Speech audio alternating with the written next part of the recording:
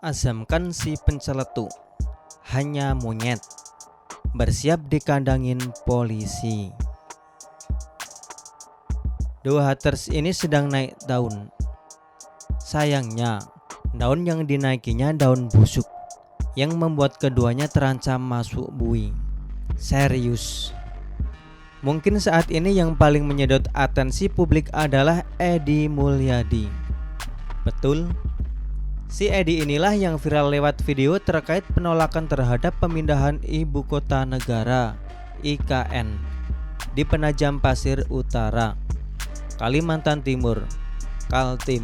Sayangnya penolakan tersebut dilakukan Edi dengan alasan yang justru menyinggung masyarakat Kalimantan dan Kalimantan Timur, rasis dan merendahkan.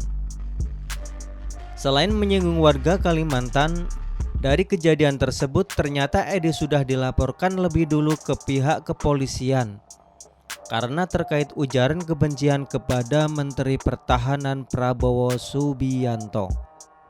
Apes. Untuk Azamkan ikut terseret karena diduga terlibat menimpali apa yang disampaikan Edi. Seperti diketahui, mantan caleg gagal Partai Keadilan Sejahtera PKS ini sebelumnya mempertanyakan siapa yang akan mau pindah ke ibu kota baru nanti di Kalimantan Timur. Dicontohkannya termasuk si Azamkan ini. Mana mau dia, Azamkan tinggal di Gunung Sahari pindah ke Kalimantan, Penajam sana, untuk beli rumah di sana. Mana mau, kata Edi Mulyadi dalam video viral itu. Hanya monyet, celetuk Azamkan tiba-tiba memotong omongan Edi Mulyadi yang kemudian disambut tawa mereka yang hadir dalam forum tersebut. Sadis. Benar, itu sangat keterlaluan. Tanpa bermaksud mengecilkan, ujaran kebencian terhadap Prabowo sebagai Menteri Pertahanan sepertinya hanya menyangkut masalah kenegaraan. Dalam tata negaraan, Menteri Pertahanan termasuk dalam triumvirat menteri, di mana bersama Menteri Luar Negeri dan Menteri Dalam Negeri. Ketiganya menjadi pelaksana tugas kepresidenan apabila terjadi kekosongan jabatan presiden dan wakil presiden. Sementara untuk masalah duet Edi Mulyadi Azamkan ini, ada masalah besar, yaitu masalah kebangsaan dan kemanusiaan. Sebagai sebuah bangsa, masyarakat di Kalimantan Timur dalam sejarahnya sudah dikenal dalam menata dirinya menjadi kerajaan Hindu pertama dan tertua di Indonesia, yaitu sejak sekitar abad ke-4 Masehi. Secara kemanusiaan juga terjadi penghinaan yang sedemikian rendahnya dengan menyebut bagi mereka yang bersedia pindah dan tinggal ke Kalimantan Timur. Terlalu. Azamkan dengan celetukan hanya monyet itu, apakah menurut Anda siapapun nanti yang pindah ke ibu kota baru itu, baik ASN, TNI Polri, dan siapapun itu, mereka itu monyet? Azamkan, apakah dengan celetukan hanya monyet itu, masyarakat yang sudah tinggal di Kalimantan Timur, mereka itu monyet? Kelakuan Azam memang tidak mencerminkan latar belakangnya sebagai seorang yang faham, mendalami, dan yang sebelumnya dikenal sebagai praktisi hukum.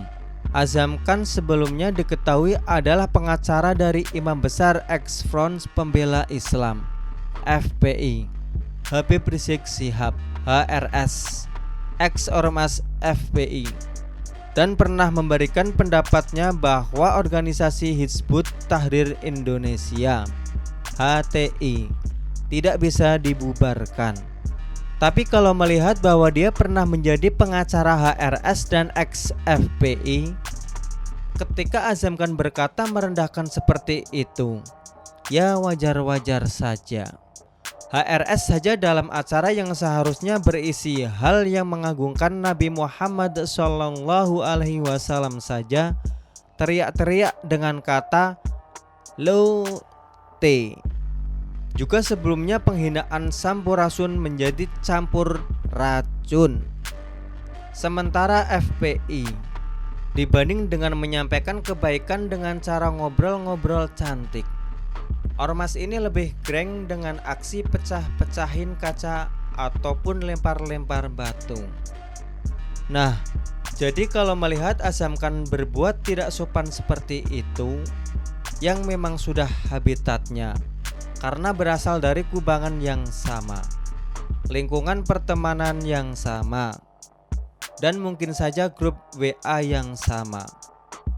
Jadi wajar kalau yang keluar dari pola pikir dan pola mulut ya mirip-mirip, ngawur dan menghina. Kini Azam Khan seharusnya sudah bersiap. Celetukan dua kata itu bisa berakibat fatal pada statusnya ke depan, menjadi seorang residivis. Azam Khan bisa terancam pidana akibat celetukannya itu. Sebagai pengacara, kini dia harus bersikap untuk memberi nasihat dan pembelaan hukum terhadap dirinya sendiri. Dia bisa memulainya dengan langkah meminta maaf.